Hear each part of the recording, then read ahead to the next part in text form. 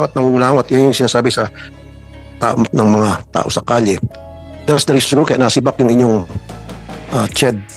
Yung pinakamataas niya, ang pangalan niyan. And what is, ano tawag kay Prosper de Vera? Hindi, ano tawag sa pansis niya? Kaya nga siguro nasibak yung chairman ninyo kasi nakarating na siguro kay Presidente na it's not doing good. And who replaced? Ma'am, Sorry. Chairman, Shirley Agrupis, Mr. Chair. Chairman Shirley, okay. Saan siya galing at ano yung credentials niya? Ano yun? Apo, siya po ay commissioner po ng Commission on Higher Education. Dati po siyang MMSU President din po, Mr. Chair. Walang sumasagot? Okay na. Para marinig niya. Sige. I'll show you the kind of action we in the government should do and should have. Hello? Hello? Okay. May problema ako sa school ko. Anong pwede kong tawagan? So, kaya nga sa NCR ang school ko. Well, NCR lang. So, meron tayong hotline sa NCR. So ang school. So if I give you the school, ano yung next step?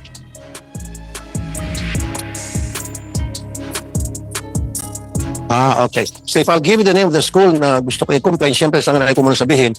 So, i-refer mo ako nun sa school. Kaya pag sinabi ko sa problema ng school, what is the next step? Yeah. Anong next step? Anong next step? Ifo-forward nyo ako sa complaint. Ano yung ang tinawagan namin workers unit ito.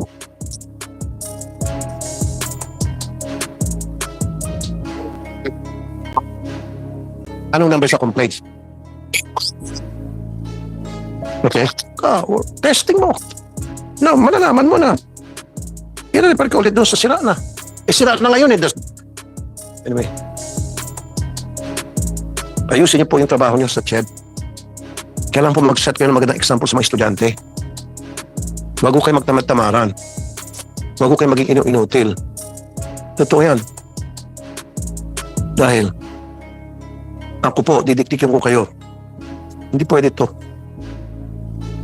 Anyway, let's go doon sa problema. 2017, nag-issue ang CHED ng moratorium ng field trips. It was on February because dun sa incident sa Bestlink, off-campus activities at nagkaroon serious problema, may mga namatay, kasugatan. And why was it lifted after a few months? December? CHED? Mr. Chair, at the time po, the CMO po of the CHED, ito po yung mga policies po namin regarding off-campus activity ay sinasabi na ang sanction na po na mai-impose po namin at the time ay suspension of off-campus activity.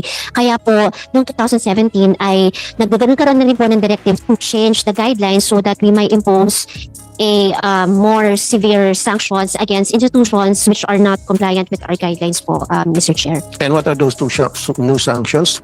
Kasi dito, remember, may mga namatay ha. So, anong sanctions binigay niyo pala noong 2017? Suspension lang? Yes, Mr. Chair. Wala kayong pinala pa ibang mga kaso pa? May mga namatay. Remember how many deaths were there? Mr. Chair, ito naman po ay subject pa rin naman po sa, kumbaga kung may mag-pursue po ng actions, na criminal actions against the school. So ito po ay imposition po ng CHED against the school po, Mr. Chair. Pero wala bang motu proprio doon na kayo na mismo ang mag-file ng kaso? Hanapan nyo kung anong kaso pwede ma-file against this school na for me, tapos gross negligence resulting to injury and death. Why suspension only? At the time po, Mr. Chair, yun po ang that was the decision of the Commission and Bank. That was ito po yung base na rin po sa legal po na perspektibo na ito po yung guidelines po namin. Kaya po yun po guidelines nga. Well, paano kung anak mo ang kasama doon sa mga namatay at mga nasugatan? How would you feel? What would you have done? You would raise hell. Gagawin mo lahat na para makakulong ng tamang hustisya ang anak mo, mga anak mo. Eh dahil wala kayong kamag-anak doon, naging pabaya kayo. Yun eh. Ganun tayo mga Pilipino eh. Unfortunately, some of us in government are like that because I'm not affected. I'm not directly affected by that incident. Ay, wala akong kamag-anak. Pero kung may kamag-anak kayo, doon kayo kikilos. Baka hindi lang kayo papayag na suspension. That's not how we should work. Government. Magtrabaho tayo as if yun yung maging legacy natin. So why? Tuloy na ulit. Diba? After 2017, here we comes. Naulit na naman. Oh, bakit? Okay. Doon muna sa field trips na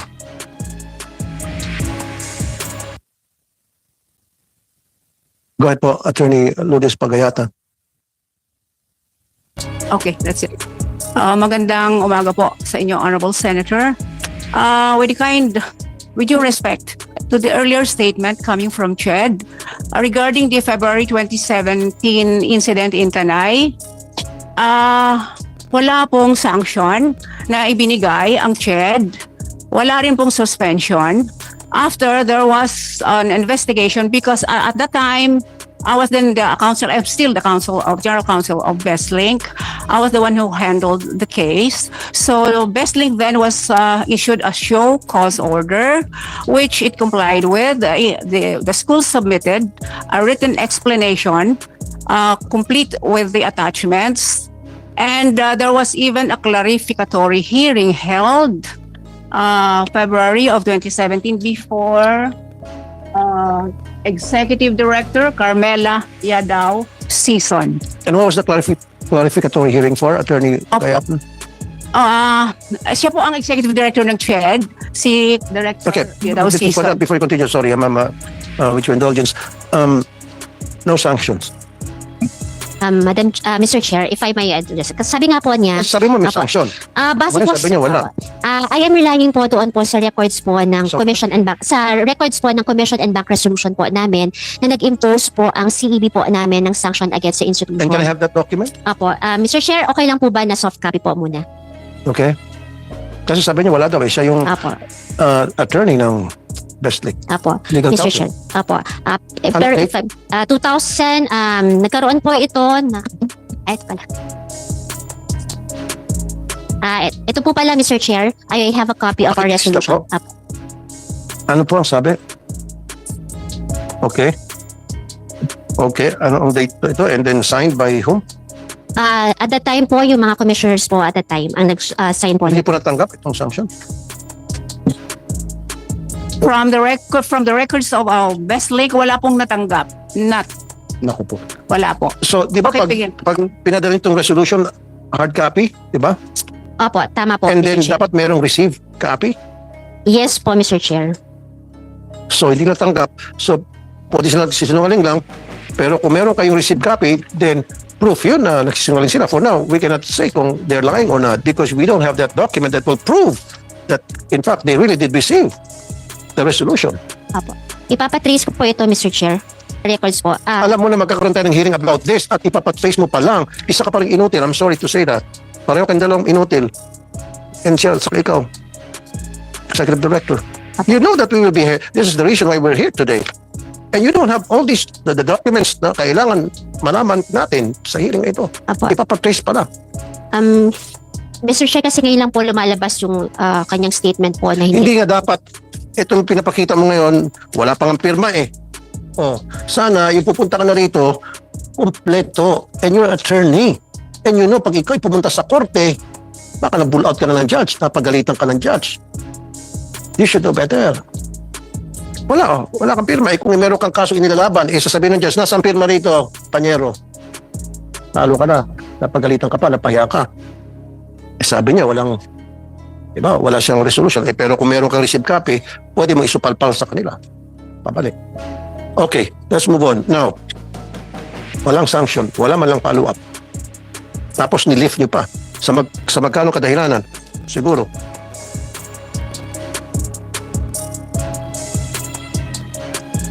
And what was the reason why it was lifted? Across the board. Because the moratorium was for everybody. Across the board yun.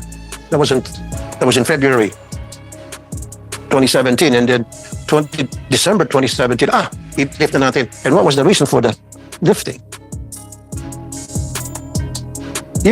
Sige, magbulungan pa more. Bulungan kayo. Alam niyo na magkakaroon tayo ng hinto dito. Mr. Chair, base po doon sa desisyon po ng CEB, impose a ban on such education activity, be imposed on the said school for 1 school year po, Mr. Chair.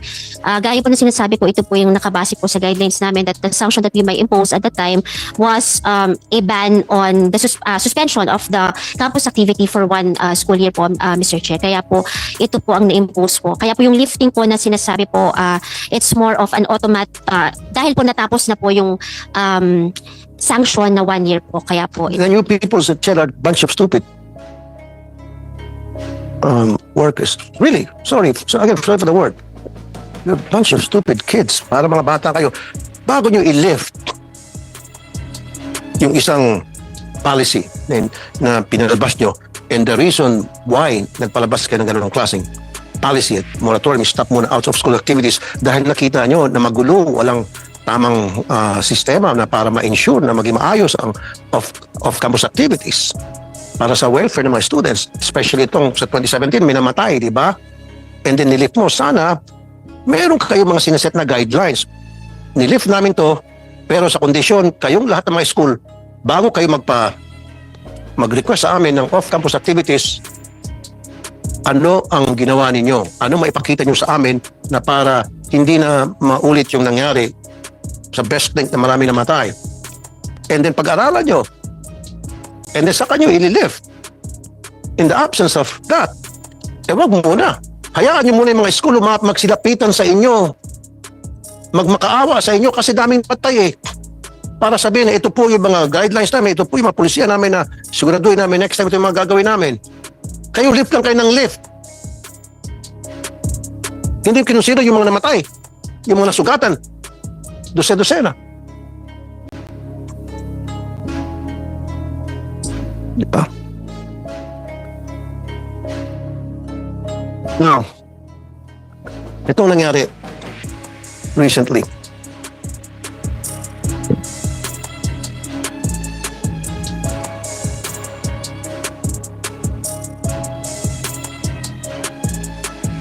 One-minute suspension.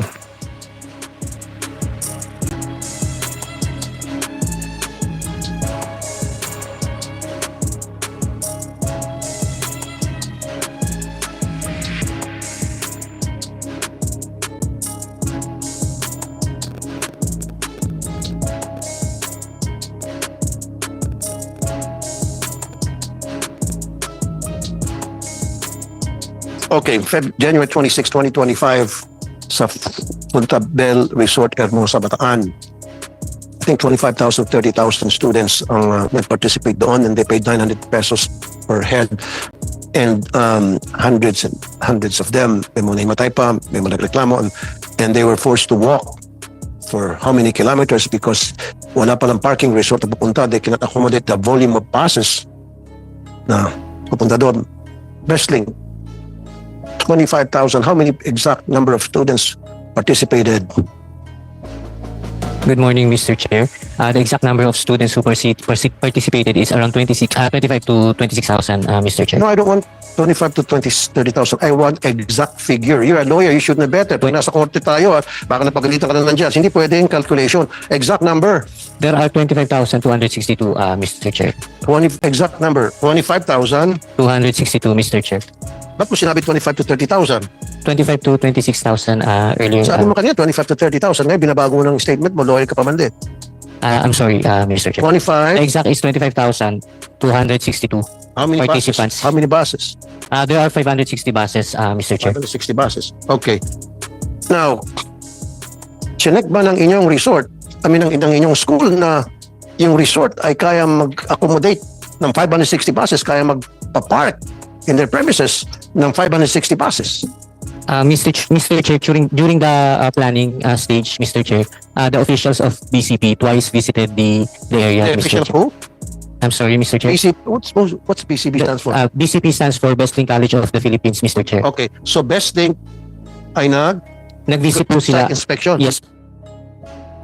And, Dalawang beses po, Mr. Chair. and anong naging result ng visit? Okay, na yung 560 bus. Anong pangalan ng resort exactly? Ulit? The name of the resort is Punta Bell Resort po. Exactly, okay. Now, punta doon, dalawang personnel or twice nag-visit yung mga Twice nag-visit tao po. ng Bestlink. Even the officials po, Mr. Chair. Even the officials, very good. Very good. Okay, masipag on the surface. Now, nag-visit sila, nakita nila yung resort, yung Punta Bell. Yung ba ay tinansya nila na 560 ang mga bus magkakasya sa resort? With regard to that, Mr. Chair, the bus company, the service provider themselves, coordinated with the resort itself po. No. And with Ang the, sinabi mo, yung mga staff ng Bestlink, ma-official ba ito? yes po. The Vice President for Academic Affairs po. The Vice President, bobo siya. BP pa man din for Academic Affairs. Kasi galing naman ito sa'yo, hindi naman galing sa akin. Kaya that's why I called 8080 dahil I'll tell you, explain to you and self-explanatory kung bakit ko siya natawag ng ganon. Alam niya na 25,000 or to 30,000. Siguro at that time, rough estimate. The population of the students of Best Things, ata is 30,000 something, right? 40,000, Mr. 40. Chair. Oh, pero pretty much before they did the site inspection, especially yung BP, alam na niya pretty much, meron siyang round of figure kung ilang mag-a-attend. Or in the neighborhood of, let's say, 25 something ang mag-a-attend. He has that figure already, tama? Not yet, Mr. Chair. Pero alam That niya time. at that time na mag-site inspection. Yes, Mr. Chair. So, pumunta siya doon sa site, sa resort. Tinanong niya ba doon sa resort, ilan kayang bus mag-park dito? According to the resort, Your Honor, Mr. Chair, the number of students who will join the activity, the resort can accommodate those number po. Those numbers. Yes.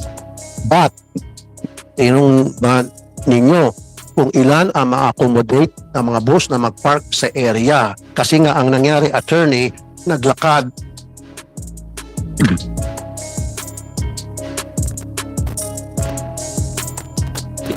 Naglakad. Stop, don't interrupt me please. Naglakad ang mga estudyante ng ilang kilometro dahil nga hindi kaya ma-accommodate yung number of passes sa area or at least man lang malapit sa area. At marami sa kanila na himatay, nagsuka and all. You follow me? Go Mr. ahead, Chair. you want to speak? Mr. Chair, good morning. And identify yourself, sir. Yes, Your Honor. I'm Attorney Paul Anthony Tacorda. I'm the legal officer of Wildcat Travel what? and Tours. Wildcat Travel and Tours, Your The Honor. agency Yes, that was hired by Bestlink. yes, Your Honor, because there were three agencies hired to provide for the logistical requirements. Okay. Specifically for us, Your Honor, we were anointed to conduct the coordination with the Punta Bell Resort. So, Ayan o, makita niyo sa video. Oh. yes, Your Honor. Tinulak pa yung mga bus. Ayan, may mga nahimatay. You see that? Kayo dyan sa CHED. Hindi kayo konsensya dyan. Sobrang dami oh. Naglakad, gabi. Anong feeling nyo kung mga anak nyo mga yan? Go ahead po, Attorney Tacorda. Your Honor, just to elaborate on what the legal counsel for BCP stated earlier, around November to December, Your Honor, specifically third week of November, my client, Your Honor, already visited the Punta Bell Resort, the proposed site. But there were also other suggestions on where the 23rd foundation day of the school would be conducted. But eventually, Your Honor, Punta Bell was chosen because of the area. They had 8 hectares in total. And we were assured of cooperation of the local government unit of Hermosa, 8 Bataan. hectares, 25,000, hindi na-accommodate lahat. Mga estudyante, pagdating nung araw ng excursion, hindi. Kulang mga cottages, kulang yung mga kwarto. Your Honor, we do admit that with respect to the procedure on how they alighted, how they boarded. But sa tour ka lang naman, so sa Bestlink ako babalik ulit. So, sinabi ng resort, they can accommodate. Doon muna tayo sa mga estudyante na papasok doon sa resort. Hindi kaya ang 25,000 sa hectares, kasi 8 hectares sabi, right? Siguro, sinong sinabing 8 hectares, baka iniisip ninyo sa mga lupa na, maghiga sa mga lupa. Of course, kung 25,000, 8 hectares, kung higa sa lupa o maglagay dyan ng karton, magkasya. Pero kung titingnan mo yung structures, yung cottage, yung room, yung beds, it will not accommodate 25,000. That's sentido común. Come on, kayo nagpapatakbo ng college. Kayo DepEd. You're supposed to be one of the highest educated people in the country. Higher education. Kayo dyan din sa best thing. Oh, 25,000 people. Paano may sisiksik doon sa Puente Bell Resort? 25,000 heads. Meaning dapat 25,000 beds. Kahit pa siguro pag sama-sama mo yung mga the biggest hotels here in NCR, 5-star hotels, it cannot accommodate 25,000. Pag sama-sama mo lahat ng Shangri-La Hotel, Marco Polo Hotel, all the hotels here in the Philippines, in Metro Manila, they cannot accommodate 25,000. And this one is only a tiny resort. Nakalusot sa inyo, 25,000. Kayo sa tiyan, di ba dapat nagbibigyan muna sila mga requirements sa inyo bago nyo binibigyan ng permit na magkaroon out of school activities or off-campus activities. Dumadamon sa inyo. Wala pa lang sa inyo nag-monitor na to make sure na itong 25,000 students na pupunta sa resort for the off-campus activities, tayo ma-accommodate ito. Itong number na ito. But you didn't do that. Again, inutil ulit kayo dyan sa CHED. Kaya tama lang na si Bak yung commission, yung chairman. Tama lang. Dapat, bago na si Bak, dapat binatukan pa muna ni Presidente. Go ahead, ma'am, answer. Bukod po sa scenario na ito, Mr. Chair, hindi po sila nag-submit po sa amin ng mga requirements. Ito po, itong event po na ito, hindi po sila nag-submit sa amin ng requirements. Nag-submit sa atin po ay ilang araw po. Okay, so they did not submit the requirements na para mabigyan sila ng permit. Okay, sa labas. Sinit. So, hindi sila nag-submit ng mga dokumento required para maaprubahan ang kanilang off-campus activities.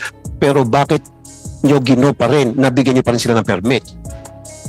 O hindi sila nabigyan ng permit? But wala, dun sa event po na yun, wala pong... Wala silang permit. Wow. Best thing. Oh, wala kayong permit for that excursion. So, yung January 26. Mr. Chair, with respect to the requirements po kasi, yung CMO 63 po mismo, there is no categorical statement that these requirements must first be submitted before conducting the off-campus activity, Mr. Chair. What the CMO 63 only provides is that the HEI must submit reports, Mr. Chair, after the local activity, before and after. However, with respect to the before requirement, Mr. Chair, if I may read, according to section 11.2 of CMO 63, submission of reports, the HEIs shall submit the following comprehensive reports in compliance with the CMO. First is certificate of compliance. Second is report of compliance. And third is the comprehensive semestral or term report. With regard to the submission of reports, as far as the non-curricular activities are concerned, the HEI are exempted from submitting reports, Mr. Chair. Who's exempted? With regard to non-curricular activities, Mr. Chair, the submission of reports, the HEI are exempted po. Submit po. Ano HEI? Itong best thing? The HEI in general, Mr. Chair. Do not use the acronym dito. Higher education institution. The best link here, Mr. Chair. No, don't use acronym. My apologies, Famous, Mr. Chair. Okay? So bakit ganun ang polisya ninyo? So pwede pala sila kahit na hindi na mag-submit ng mga dokumento para ipakita sa inyo na capable sila na mag-handle ng off-campus activities with these numbers of students and they will be well accommodated pagdating doon sa lugar, etc. Wala kayong ganung requirement pala, wala sa inyong polisiya. Apa. Mr. Chair, explain ko lang po. During that time po, na nilabas po namin itong CMO number 63, series of 2017 po namin, nag-distinguish po kami between curricular and non-curricular.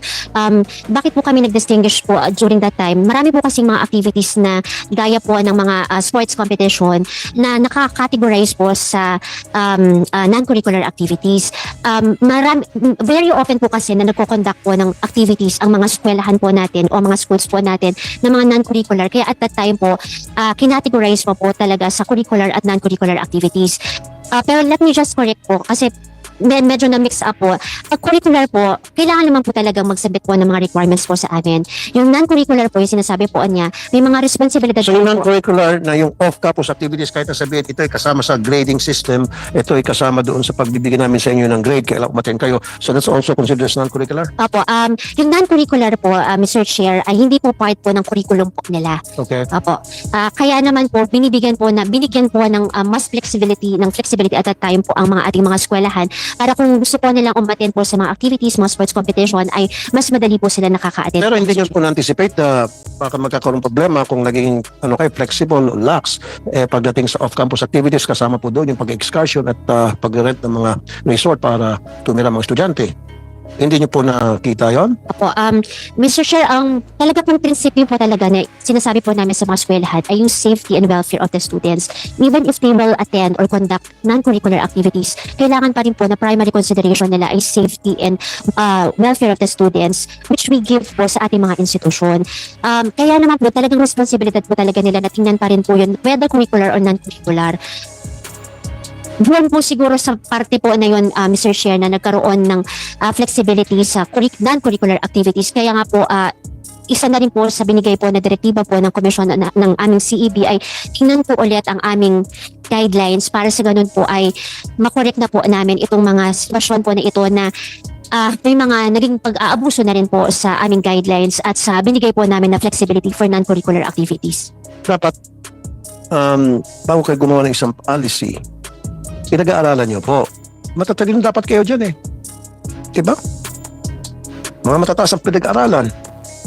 Diba ba ninyo nagagamit? Now, best link. 25,000 alam nyo nang pupunta mga estudyante doon sa resort at nagkaroon kayo ng site inspection. Ba? Sabi mo.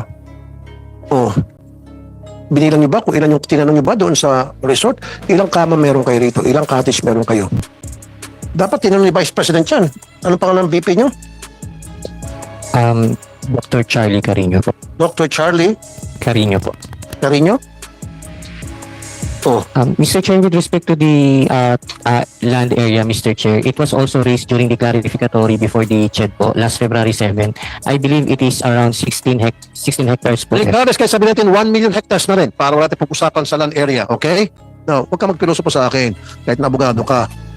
Ang pag-uusapan natin, yung kwarto at kama na kaya mag-accommodate ng 25,000. Of course, ilang hectares sabi mo? I believe around 16 hectares. 16 hectares, okay.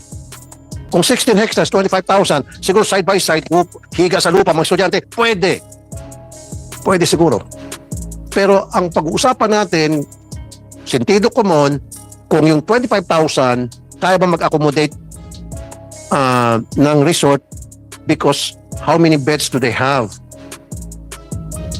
So dapat ang una yung tinanong, ilang kama ba meron kayo rito? Pag sinabi, ang kama lang namin dito is 1,000 lang, eh di huwag na kayong matuloy doon. Hanap kayo ng resort na kayo mag-accommodate ng 25,000. Pero I don't think there's a resort here in the Philippines that can accommodate 25,000 people. I don't think so. Di ba? Pero sa katakawan sa pera ng eskwelahan na yan, pinilit. Ayan, marami na aksidente. Kagahaman sa pera.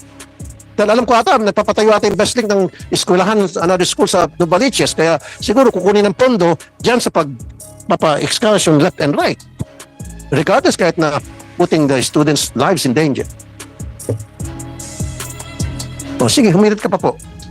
Bakit nasaan dito yung presidente nyo ng best link? Mr. Chair, the event that happened in Punta Bel is a one-day event po. Yung founding anniversary. Regardless, pero dapat, syempre, pag-accommodate mo yung para may kwarto. Yung mga bata. Yung mga papahinga. O tapos meron ba mga stage doon? Kita mo naman nagmamarcha estudyante, hindi na-accommodate. Kulang. Nasaan sabihin natin 16 hectares. Pero develop ba yung 16 hectares? Baka kabundukan yung 16 hectares puro pakakahoy. O pag malaki mo 16 hectares, dapat develop yun na meron man lang stage. Diba? Na may mga upuan. O siyempre, magkakaroon ng event. Pero ano ba itong event na ito? Diba? Ano ba klaseng event dapat yun? Founding anniversary. Kaya nga, ano ba dapat ina-expect ng mga activities? Sports and cultural and arts performances. Exactly. Sports and cultural arts. So, Develop pa yung 16 hectares para doon sa activities na yun? Sports? What kind of sports are we talking about? Anong klaseng sports? And cultural? Ano? Sige, magturuan kayo. Considering Hindi Mr. ka, sir, paki-answer direct to the point. You're a lawyer. You know better. Direct to the point tayo dito. Ano nga mga, sabi mo, sports? Apo, sepak takraw, Mr. Chair. Ano po? Sepak takraw. Ano po ibig sabihin? Filipino sport po yung sepak takraw. Okay, sepak, ano yun? Anong klase yun? And field demo po. Ano po? Field demo po, Mr. Chair. Ano yung field demo? Sister. Ano po? I believe, Mr. Chair, our company, a company sister po will answer that po. Sige po. Ano po yung sepak? Ano po? There were different parlor games that we held. Yung tapos may mga palusebo. It was like a fiesta program that all the students were scattered all over. We have simultaneous because we have to compress 4 days activity into one, and it was not an overnight activity.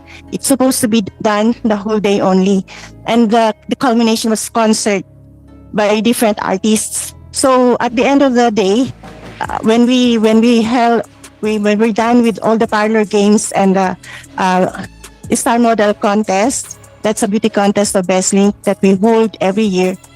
But because we didn't have a space right now because of the construction, so we had to do it in a place.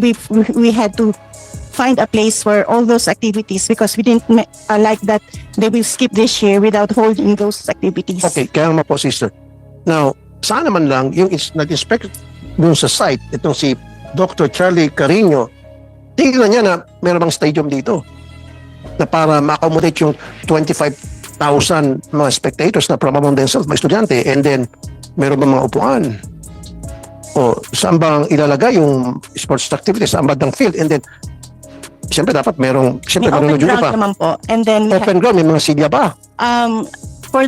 for that matter, wala pong yung lang yung mga nasa front seats and all, but all the students will have to stand at the back of it is a concert. Well, when we have concerts like that, because it's how do you call this one, with our So na-check nyo ba na yung area na yun can accommodate 25,000 Yes po. students? Yes Then po. kung na-check nyo, bakit marami mga estudyante nagsabi hindi sila makarating at hindi sila makapasok dahil talagang siksikan at wala nang lugar mapupunta? because they opted because there were several places for activities, like there are 7 swimming pools, so some students did not like to go to attend the concert or the other activities. They opted to do swimming. So it was how do you call this one, the activities were really made for them to be accommodated, that they will not be just in one place. They I know, could choose. sister, pero they were all accommodated, and you know that.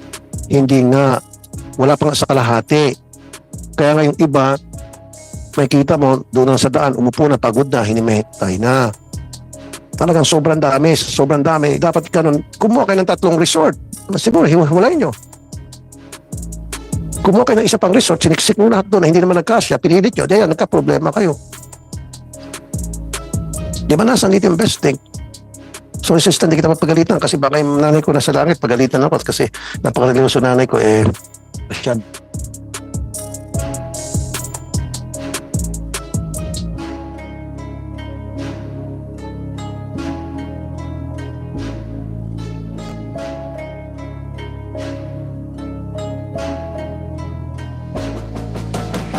Attorney Benitez, ano na ngayon ang nangyari?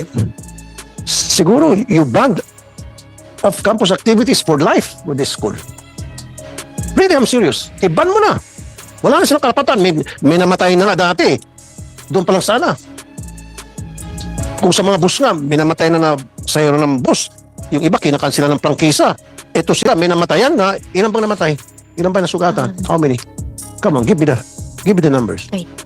13 po, Mr. Chair. 13 dead. And how many injured?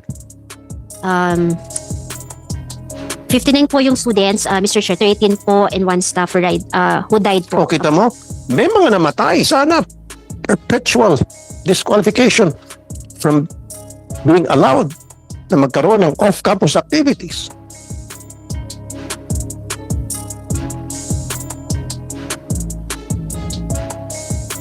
So, ilan crowd manager meron assigned Attorney Mahidlamon yung sa 25,262 na excursion noon? Mr. Chair, as per emergency preparedness plan or contingency plan, these are the assigned po. No, pakitanong lang. Wag ka ng as per. Isang tanong, isang sagot. How many crowd manager? It's 25,000.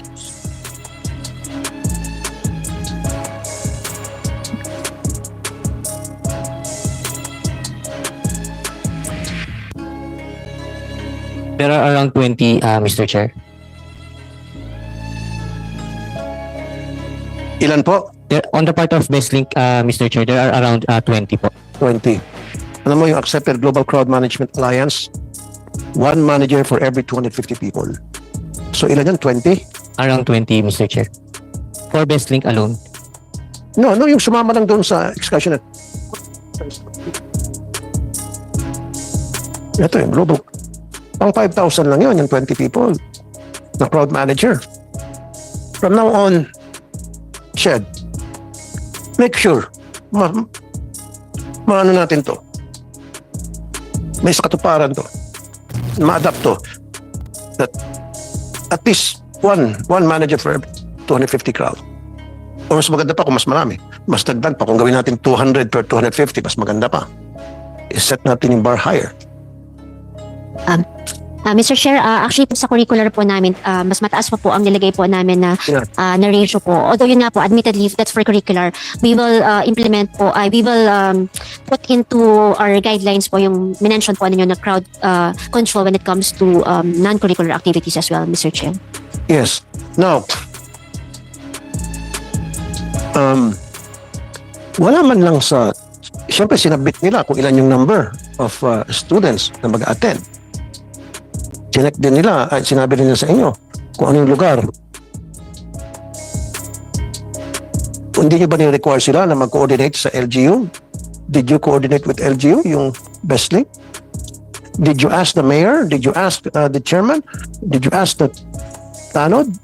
Yes po, Mr. Chair. Bago po matuloy yung foundation po, nagkaroon na po ng proper coordination with the LGUs through the help of Wildcat po, that traveling tour company. Okay, ano sinabi po ng LGU? Mr. Chair, in so far as Wildcat Travel and Tours is concerned, we did coordination meetings on January 19, 2025, also January 22 and January 23. On the 19th of January, Your Honor, we did a second or third ocular inspection again. The resort committed to provide additional portalets, makeshift urinals, to also reduce the physical hazards that may occur given that there are simultaneous activities to be conducted by the school organizers.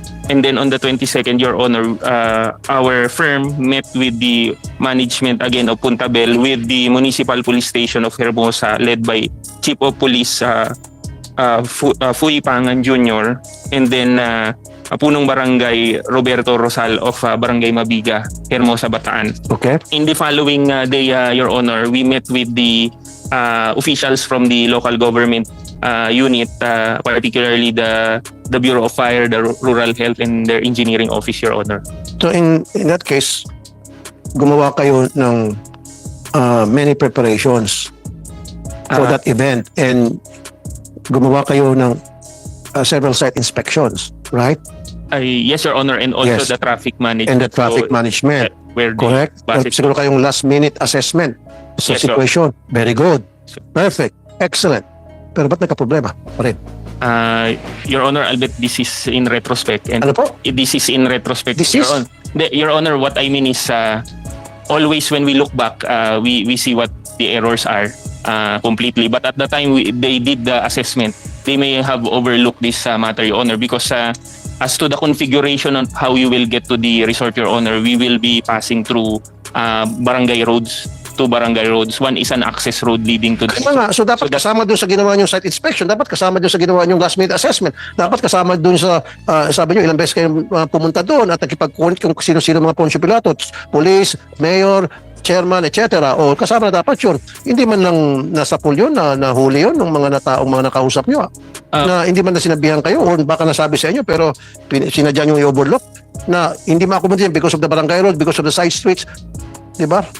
The 500 buses is not going to accommodate. In addition, Your Honor, if I may, there were also lapses admittedly on the crowd control because many students after some of the activities were concluded, they already rushed outside of the resort premises looking for their buses. So the 143 coordinators, Your Honor, and alongside the barangay personnel were overwhelmed when the students already... Exactly, but you should have anticipated that. Kasi sabi mo, pailang beses kayo gumawa ng site inspection, pailang beses kayo nakipag-court kung kanina mga otoridad doon, at ilang beses yung pinag-usapan ito.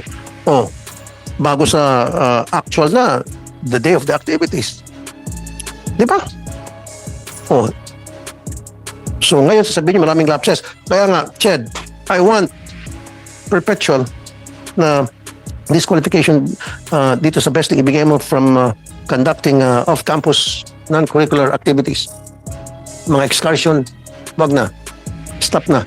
Dalawa na nakatapos sa pool na Una, maraming namatay. Ngayon, maraming nahimatay. Ano sa susunod? And are we allow them to let it happen again? Ganun-ganun na lang.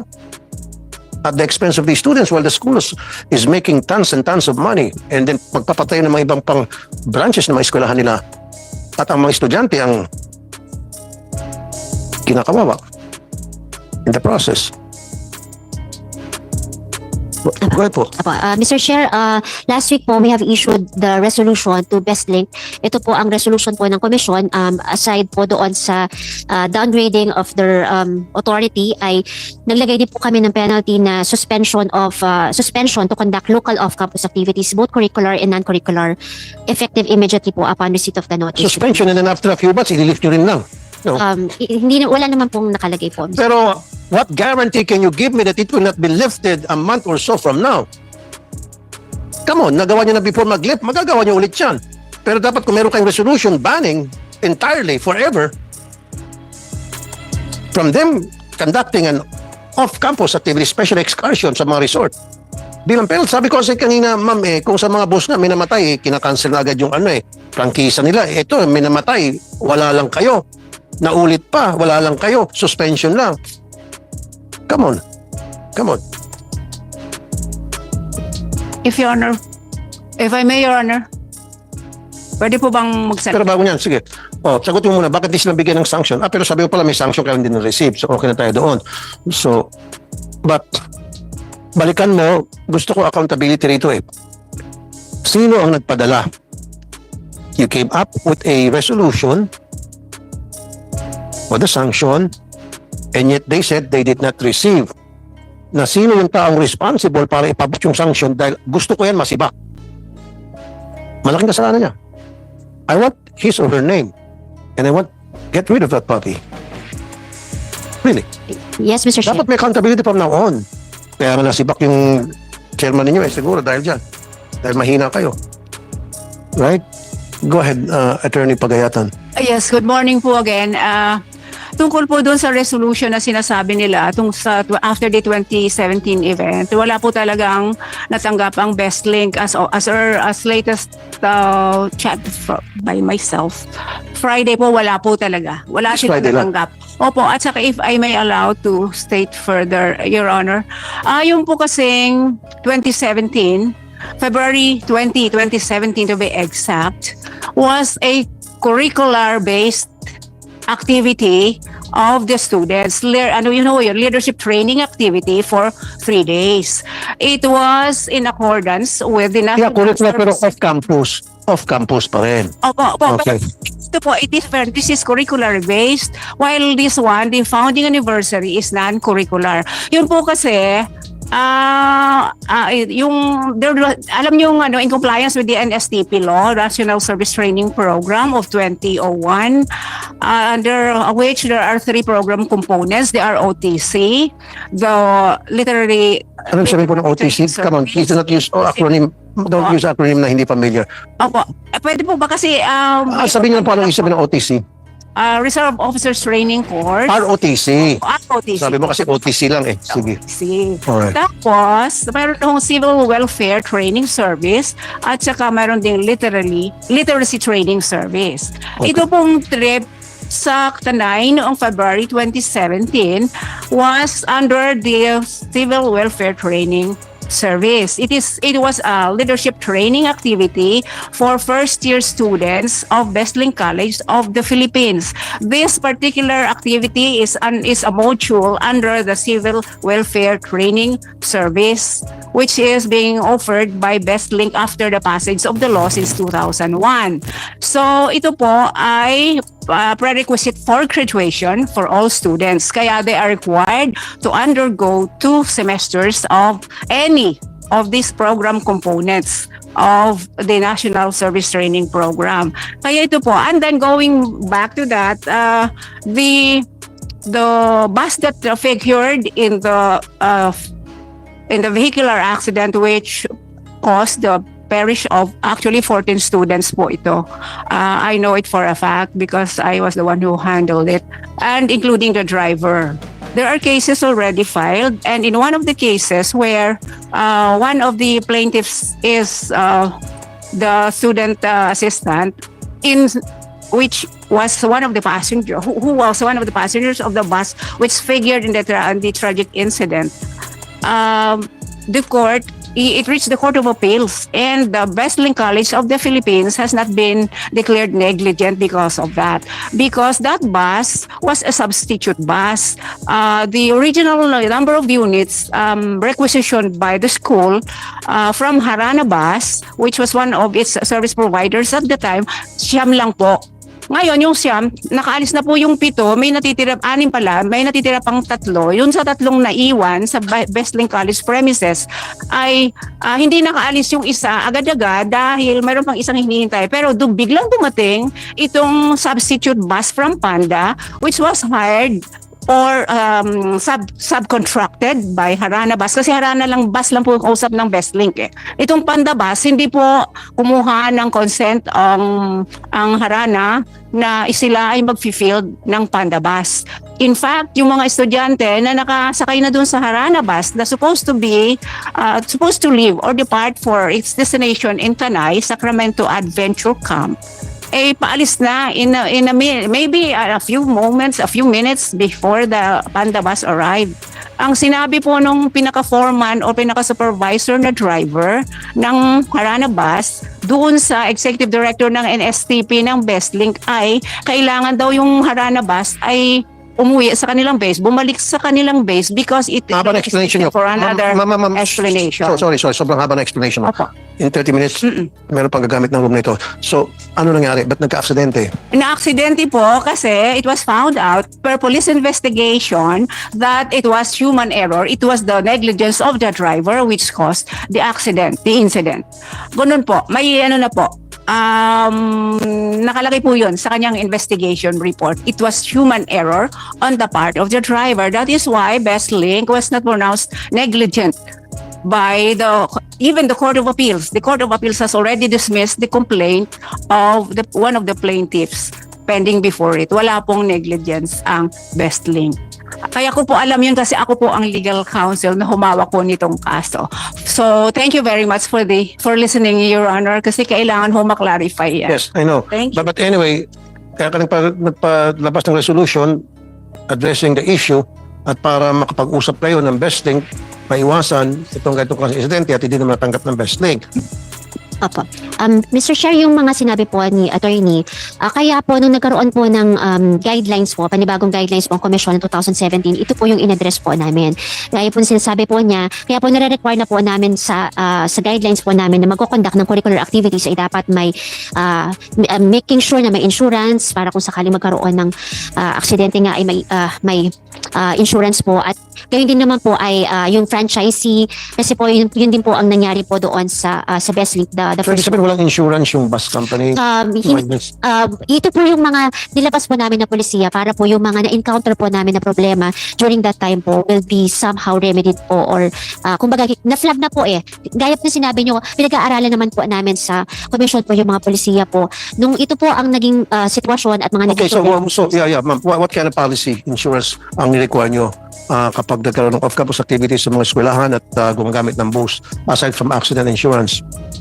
Dapat insurance dahil sa na-inconvenience ng mga estudyante at the insurance has to pay something doon sa abalan sa mga estudyante, naghirap yung mga estudyante, nagtulak pa yung mga estudyante ng bus.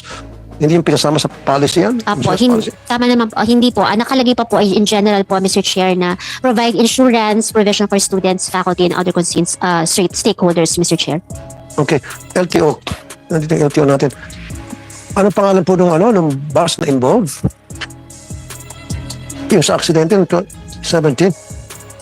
Panda bus po, yung ano. On the bus. Wala na po. Ang alam ko po, sabi po sa LTFRB, suspended pa rin hanggang ngayon because of that. They failed to ensure that the bus was roadworthy at that time. That was found out. That was established, Your Honor. So roadworthy, so ibig sabihin pa karag-karag na yun.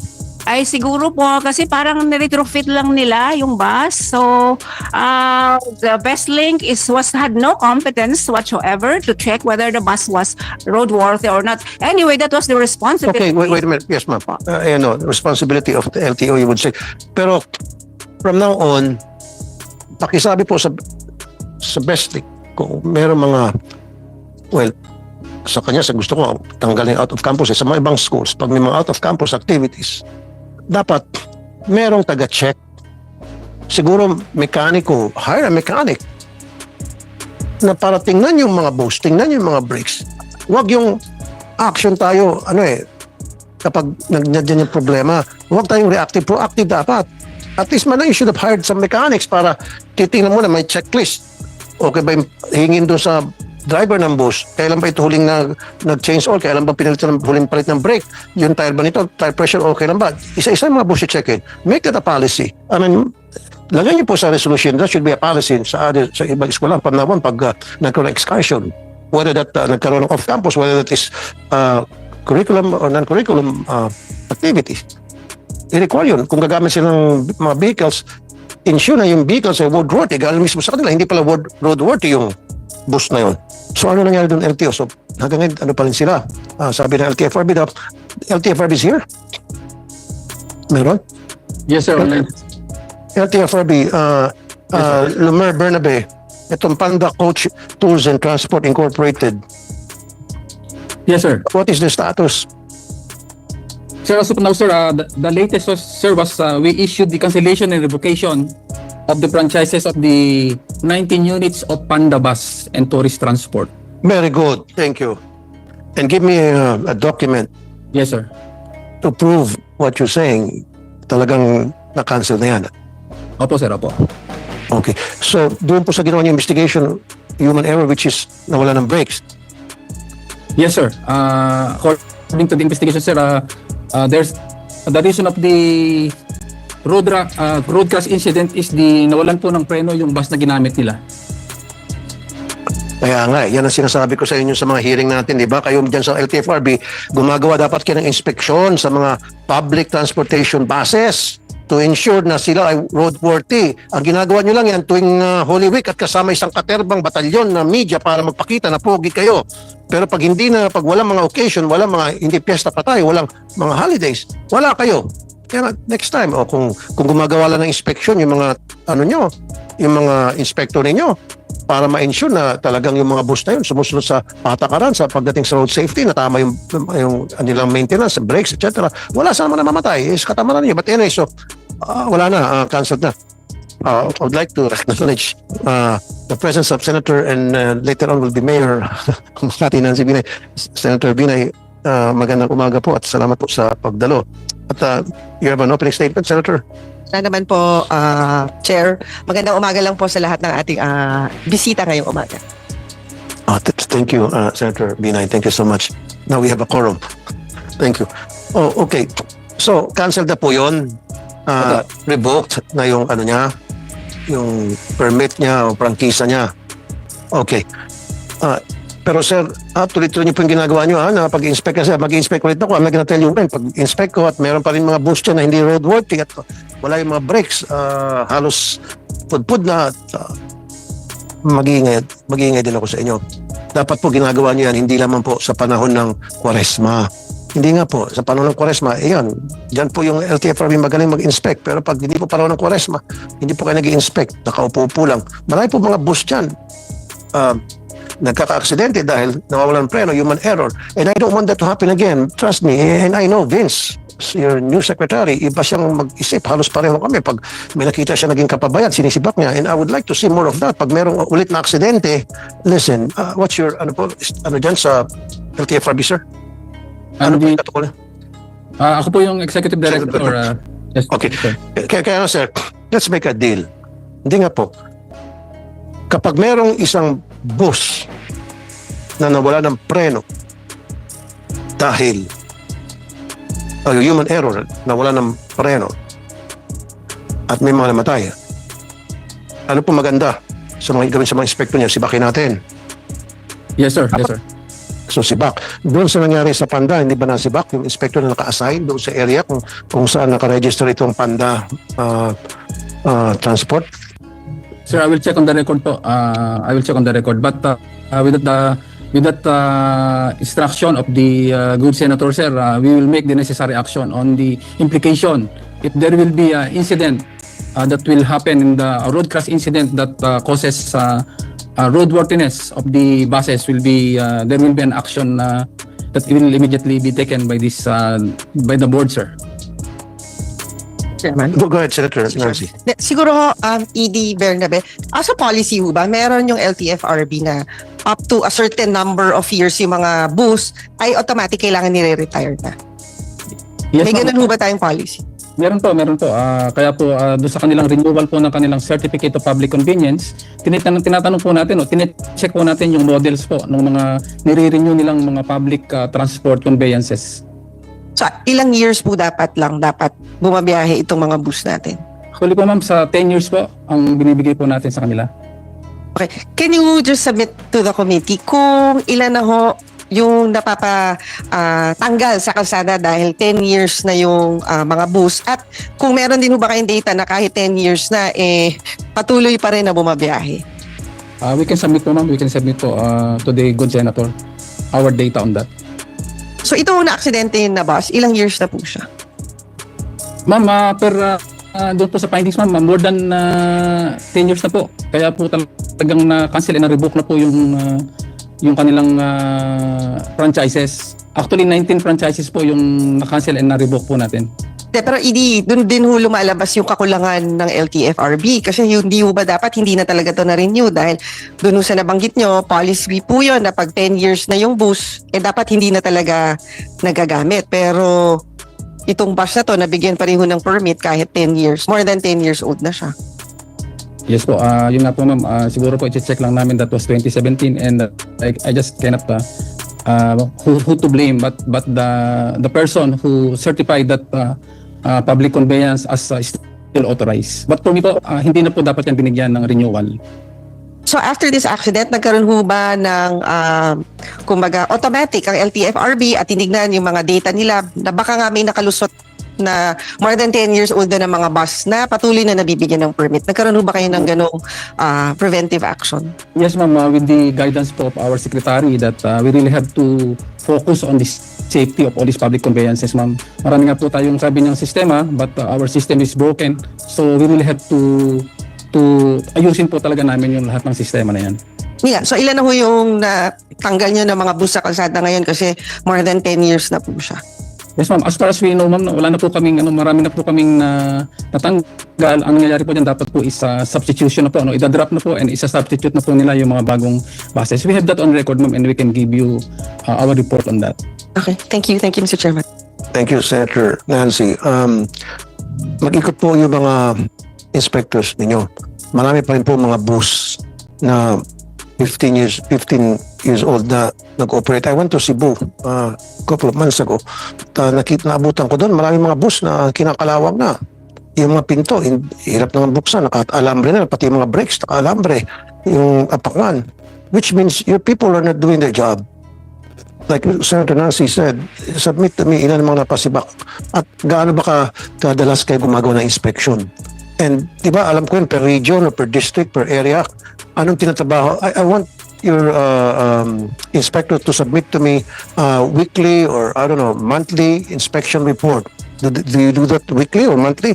I want it submitted to me and how many inspections are being done at ano yung mga bus company yung pinupuntahan. I want that submitted. And then kapag may nangyari pang aksidente as a result of negligence, siguro I'll pass a bill na pag may mga na-aksidente at namatay, special pag may mga namatay, at ang sinabi ay human error, which means hindi na inspect properly o hindi na gawa ng LTFRB ng trabaho, hindi lang administrative case, siguro kailangan criminal case at dapat makasuhan dahil hindi niya ginagawa ang kanyang trabaho. Unfortunately, Sen. Nancy, this room kailangan natin i-vacate dahil gagamitin pa at meron pang ibang committee na gustong gumamit. So, notices and invitations for the next succeeding meeting will be sent accordingly. There being no other matters for consideration, this hearing is hereby suspended lang. Thank you, legislation. Yan. Tama? Very good. Now, since may violation, kasi yung Cebu North Terminal is being operated by the provincial government of Cebu, LGU.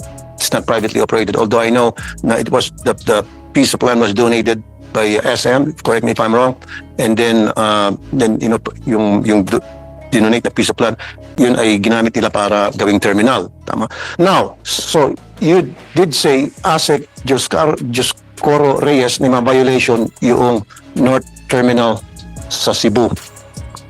So sa violation na yan, ano ang sanction? At sino mag-implement? Mag-impose ng sanction? May I read Section 7 po, sir. Go ahead po, sir. Section 7, penalty. A. Any owner, operator, or administrator of the land transport terminals, stations, stops, rest areas, and RoRo terminals who does not comply with the standards for sanitary facilities under Section 4 of this Act shall be liable for a fine in the amount of 5,000 pesos for each day of violation.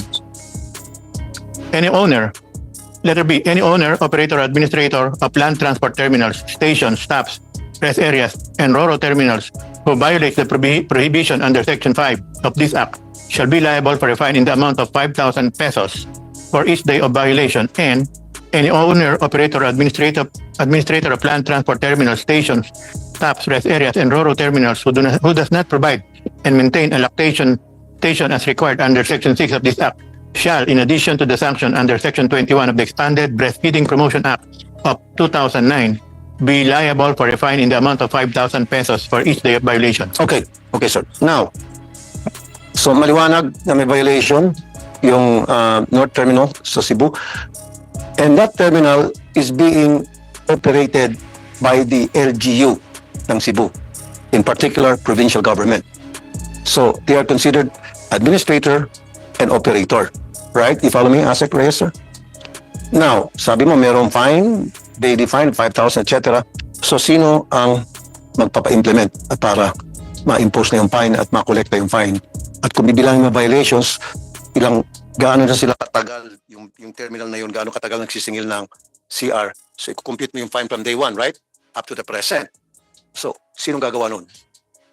As per Section 7, which is the penalty provisions of the said law, the Land Transportation Franchising and Regulatory Board, after 5 years. After 5 years? From the effectivity of this Act. And that Act came into effect in 2016, am I right? Sorry. 2018, sir. To 2018. Yes, sir.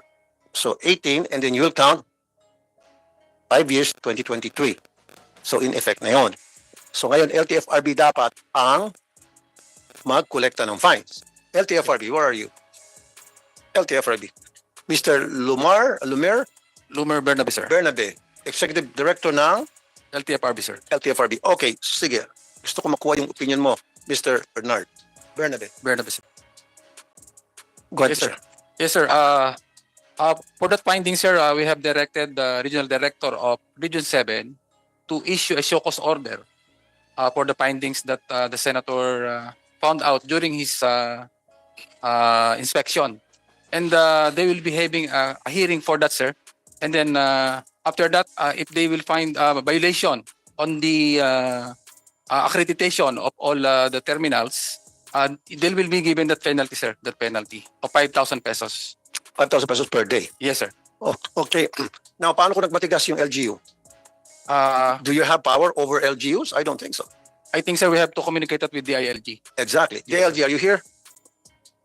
Attorney Maria Rodora Flores. Okay, DLG. So, if the LTFRB will coordinate with you tungkol dun sa fines na impose na 5,000 daily since nag-start took effect yung batas 2019 plus 5 years, 2023. So, 24-25 for 2 years every day na naniningil sila sa CR. So, that's by the hundreds of thousands. I don't know kung abot ba yan ng kulang-kulang 1 milyon. I don't know. But anyway, now, magko-coordinate yung LTFRB para kayo po ay mag-impose ng fine.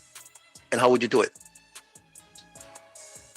Sir, on that matter, our legal service team will handle the complaint. At siguro, sir, kasama ko po dito yung representative from our legal service kasi sila po yung in charge. Mhm. Usually, sir, pagka ganyang may mga reklamo po kami nare-receive, ang initial action po talaga ng DILG is to call the attention of the LGU, and parang katulad ng sinabi nga nila, sir, di ba, show cause order, pero since meron ng result based doon sa kanilang show cause order, i-verify siguro po ito, sir, ng aming team from our legal service and do the necessary action from there. Ano po yung standard natin? Sorry, from there. If I may call the representative, sir, from our legal service. Go ahead.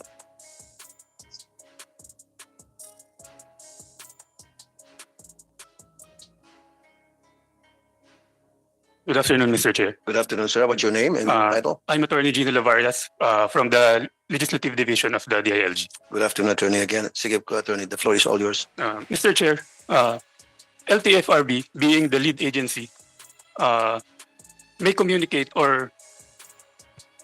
may communicate with the DILG for possible sanctions of the LGU with regard to non-compliant to RA 11311. Then the DILG may write a letter to the concerned LGU. Then if that letter remain unanswered by the LGU, the DILG may initiate filing of the formal charges with the concerned LGU to the Ombudsman. And what will be the charges?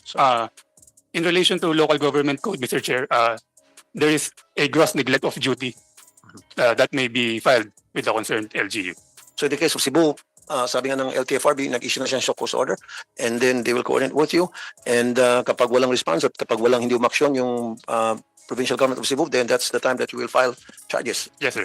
Very good. Okay. Now, isa pang violation, nakita ko when I was there, dun sa terminal na yun, walang mga electric fan, pero nagbago na, binago na nila, and I thank the provincial government of Cebu dahil natinag din pala kayo at ginawa niyo yung gusto ko mangyari. When I was there, I was just, ikukwento ko na lang, ang daming electric fan doon sa terminal. Hindi ko mabilang kung 10 ba or more. Not a single one ay gumagana. Panghaling tapat yan. Pinagpapawisan yung ilan sa mga pasahero doon na nag-aantay ng kanilang schedule na biyahe. Pero pag pumunta ka doon sa ticketing office booth, ang lamig, nakasweater pa yung mga empleyado doon. Pagdating mo sa admin office, nakasweater pa sila. Yung admin office, mga officer doon, dahil sa lamig. Pero sa mismong terminal, walang gumaganang electric fan ni isa. At ang sabi sa amin, gumagana lang daw yung pag sa gabi. Sabi ko, bakit sa gabi? Malamig na sa gabi. Dapat sa umaga gumagana. So parang, the passengers are being shortchanged. They're paying the right amount for the plete, kung tawagin doon sa Cebu. And yet, hindi sila provide ng good service. And from what I've heard, LTFRB, magkano ang binabayad ng bawat bus na nagpa-park sa North Terminal, each parking and each arrival and annual membership? For the public to know, para malaman ng mga Cebuano. Sir, I'll have to find out, sir. I'll just check it with the regional director of Region 7. I do have that data. I was just asking kung kaya mo. Pero Yes, sir. again, this might not be accurate now. Correct me if I'm wrong. Monthly fee for each bus unit na binabayad sa Cebu North bus terminal, I mean, ito sa south, to sa south. Ito sa south. And siguro pareho din to sa north. Ito yung nakuha ng data. 12,000 monthly fee for each bus unit. 250 terminal fee sa bawat parking. And 75 pesos na naman pagdating. Tatlong taga. And yet, free CF, hindi nyo kayo may provide? Sana magaan. So, kasi yung South Terminal is also being operated by the provincial government of Cebu. Come on guys, kayo dyan sa provincial government, I don't have anything personal against you guys. I'm just doing my job, trabaho lang, walang personalan to. Ginagawa ko talagang trabaho ko, kahit na sino magalit sa akin, basta I have to do my job because I was mandated by the people to do my job as a senator of the whole country, not only of NCR, but also Luzon, Visayas, and Mindanao. And I've been doing this not only here in the Philippines, but also sa ibang bansa. Tulad sinabi kanina sa DMW, bilang committee chair ng Department of Migrant Workers, pupunta na ako ng iba't ibang bansa, Dubai, Hong Kong, Singapore, etc. para mag-inspect. But anyway, going back to public services. Now, meron bang violation din doon sa electric fan? Sa tingin nyo, LTFRB? Kasi sa section 4 ng RA 11311, nakalagay doon, in the absence of natural ventilation, dapat na may ventilation. Mechanical ventilation with airflow from a clean area. So in this case, walang electric fan. Kaya lang, ginawa na ng paraan na may electric fan na, so hindi natin pwedeng habulin yon. I'm just being clear. Pero in case, kapag meron pang ibang mga bus terminal na operated and ang administrator ay ang LGU, so you can go after them using these section 4, 5, and 7. Tama? Okay. Now, very good. Ngayon, sino ignorante? Kasi we were called ignorant. Now, sino lumalabas na ignorante? Pastiran, Ginoo. Okay. Karon, asa naman ta? Muadto ta sa kanang mga bus ba? Isa sa mga nakita namin doon sa North Bus Terminal naman. Ito LTFRD din siguro to, wala nang kinalaman dito yung LGU. There was one bus unit na parang kabaong na tumatakbo sa kalye. Yung clutch, pinalian na lang po ng goma para kumapit pa. Yung brake, nakatali ng goma para kumapit pa. Yung cambio, halos di na ma-drawing. Pero may talagang goma yun. Fire extinguisher. Now, mabalik muna ulit tayo pala sa LGU. Di pa pala ako tapos sa LGU. Yung nag-provide sila ng pushcart. Ayan. Dadalawa lamang ang pushcart na nga. Look at that pushcart. Look at that. Kawawa naman yung porter. Yung porter, gusto maghanap buhay, siyempre magtatawag ng mga pasahero na para matulungan niya maitulak yung kanilang mga bagay, mabibigat. Unsa naman ibay, sulti ng porter sa ako. Ano ako makapaghanap buhay nito? Walang gulong. Sabi ko isa, meron 3 gulong. Pero yung isang gulong, patid. Useless. Again, sana pupunta yung binabayad ng mga bus company, kung tawagin ay monthly fee per bus unit, terminal fee sa bawat parking, and 75 pesos fee sa bawat arrival. That's a lot of money. And hindi nyo kaya? Pushcart lang? Magsabi lang kayo sa akin, magdodonate ako ng pushcart sa inyo. Kawawa naman kasi, yung pushcart ginagamit yan para sa mga senior citizen, yung mga mabibigat kargamento. At para magkaroon hanap buhay din yung porter. Wala. So, ang ginagawa ng porter, ibuat-buat lang sa likod. Ginababa na lang sa likod. Okay.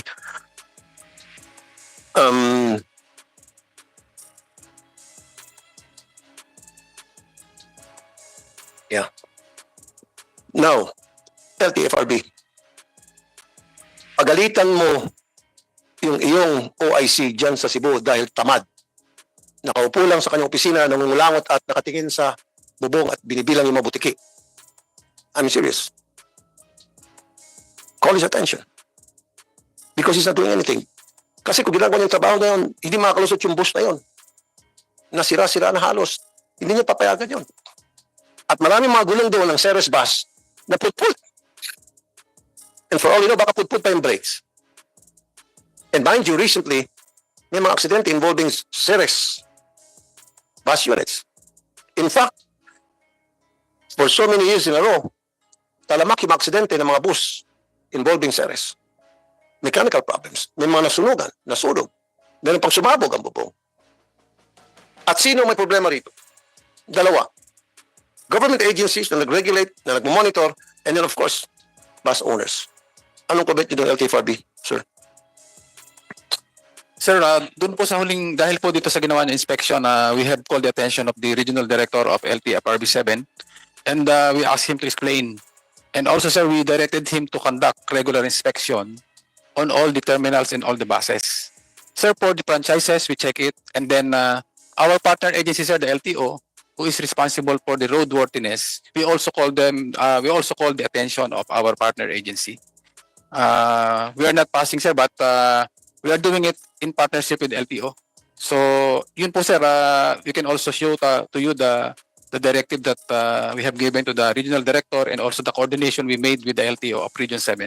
Siguro you have to inspect also. Meron ba kayong threshold as to how many violations lang papayagan yung magkaroon ng isang bus company before they will be suspended or cancelled ng kanilang franchise? For example, dito sa Ceres Bus. January 2021 sa Consolacion, Cebu, nagkaroon ng aksidente. May 23, 2022, catches fire in Barangay Labagan in Mandawi City. April 12, 2024, caught fire in Anilao, Iloilo. June 10, 2024, caught fire along the National Highway in Canamucan, Compostela, Cebu. April 20, 2025, more than 10 old bus units caught fire inside the Balyacar Transit Compound at Community Barangay Cabo, Bacolod City. Ano ibig sabihin po dito? Malaki ang pagkukulang ng LTFRB. I'm sorry to say that, sir. Ibig sabihin, wala kayong ginagawang regular inspection, hindi lamang sa mga bus unit itself, kundi maging sa mga motor pool, how these buses are being maintained. Am I right? Right, sir. We admit that, sir. So ano pong plano? Anong game plan ngayon? Sir, with that, sir, we have come up with a memorandum circular wherein, sir, yung pong not only the terminal but also the garage. On the safety issue, sir, some of your findings are may mga langis, sir, na nagkalat doon sa garahe. Yes, sir. Tapos po yung mga kanilang mga mekaniko ay hindi certified na trained. So we ask for the training with TESTA or a reputable training for the mechanic, sir. Okay. And then some of our actions, sir, is also yung monitoring CCTV.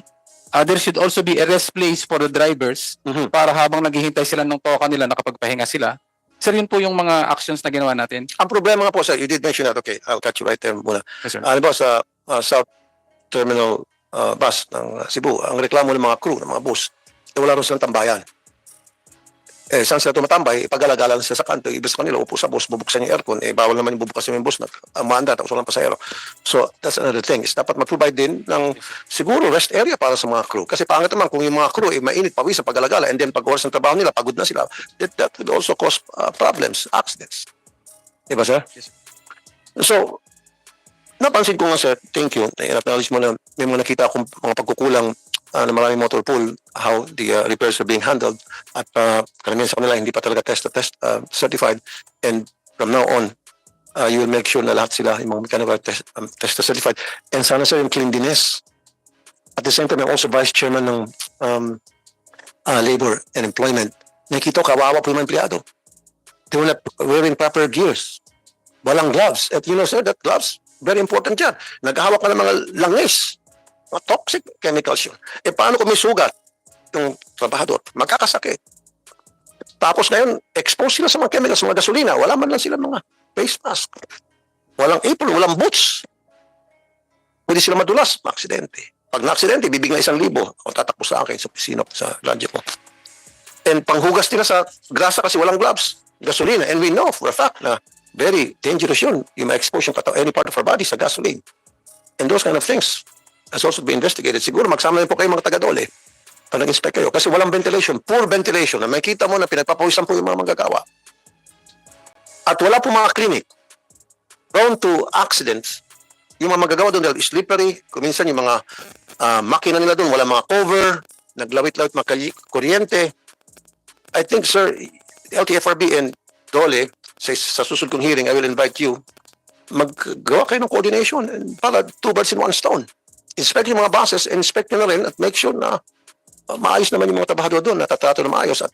At pag natatrato na maayos yung mga trabahador, syempre yung mga trabahador, they'll do their job well, and then mapoprotektahan yung kapakanan at safety ng mga pasahero. Diba, sir? So I think it has to be done. Tapos dapat, sir, lahat ng mga motor pool may mga clinic. I think I'm telling you this now, although dapat sa DOLE to, pero pwede nyo po i-coordinate sa DOLE early on. Na kasi kapag nagkaroon ng aksidente, merong clinic na maitatakbo agad yung mga trabahador. Now, marami pong mga bus terminal na LGU operated. I want you to target those, sir. Because they thought na since LGU operated sila, ang administrator ay LGU, exempted na sila sa LTFRB because maybe they're thinking na the LTFRB doesn't have power over them. Totoo naman kung totoo siya, but you have the DILG, pwede kayong salawin, tama? Sampahan ng kasong sa ombudsman, the election of duty. Kababanggit lang po kanina ni Attorney Maria Rolora Flores. Maasahan ko po yan sa Dao Terminal. I don't know that Dao Terminal is that LGU operated. Ang dami ng violation, dami kami natatanggap ng mga text messages. Siguro po LTFRB mag-ikot po kayo sa buong Pilipinas, lahat ng mga bus terminals. Kasi ako, nag-iikot na ako. Hindi ko naman pwede ikutin lahat yan because meron pa naman ang trabaho sa Senate on top of the inspection I'm doing. So siguro, I challenge you, kayo po dyan sa LTFRB, mag-ikot kayo, tingnan nyo po ang mga violations. Especially doon sa mga unit mismo ng bus. Yung mga brakes. Itong Holy Week, ilan pong natala yung disgrasya sa daan involving po yung mga passenger buses? For the record, sir, we have almost 20. 20 Yes, sir. Road crashes. road crashes. And ilan dito ang public utility? Almost lahat, sir. Almost lahat. Yes, sir. And the reason for the road crashes? Sir, ang lagi nire-reason is nawawalan ng preno. Exactly. Yun ang sinasabi ko. At meron pang ang sumabog ang gulong. I hate to be prophetic. I said that during one of the hearings here. Na kapag yung sumabog ang gulong, that can cause accident and that can be fatal to the driver and passengers. At meron, pakita natin, nasa yung video na sumabog ang gulong. Guys, Comsec.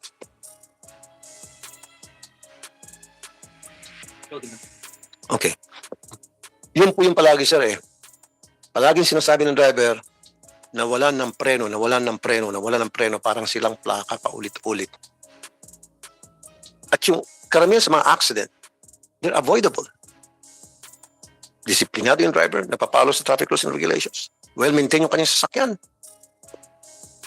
No accident. Alisin mo lahat yung sinabi ko. Many accident. Yan ang 20 accidents. So, nawalan po ng brakes.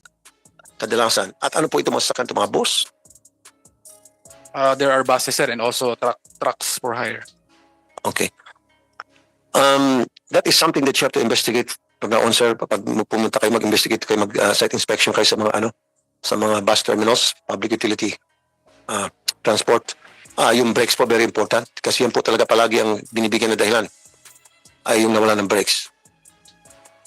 O dili kaya sumabog yung gulong. Yan ba yan yung sumabog? Ban for hire naman yan. Ban for hire sumabog, pumutok ang gulong na aksidente sa may Boljoon, Cebu, April 18, 2025, Good Friday. May 10 pasahero papuntang Santander. So ban for hire, ano to? Sakop ng LTFRB, right? Opo, sir. So, paano monitoring ginagawa niyo po sa mga ban for hire nga pala, LTFRB, sir? Yes, sir. Yan din po, sir, ang isang nakikita namin na loophole kasi wala silang supposed to be mga terminals where kung saan sila nanggagaling na dapat mapag-inspect ka ng LTFRB. So, ergo, how would you inspect these ban for hires mga units na galing mismo sa iyo? They don't have terminals for you to go there to inspect. So, yun po, sir, ang isasama namin sa aming mga gagawing MC. Supposed to be, sir, if you are a tourist van provider, meron kayong mga terminals na designated wherein we can inspect all the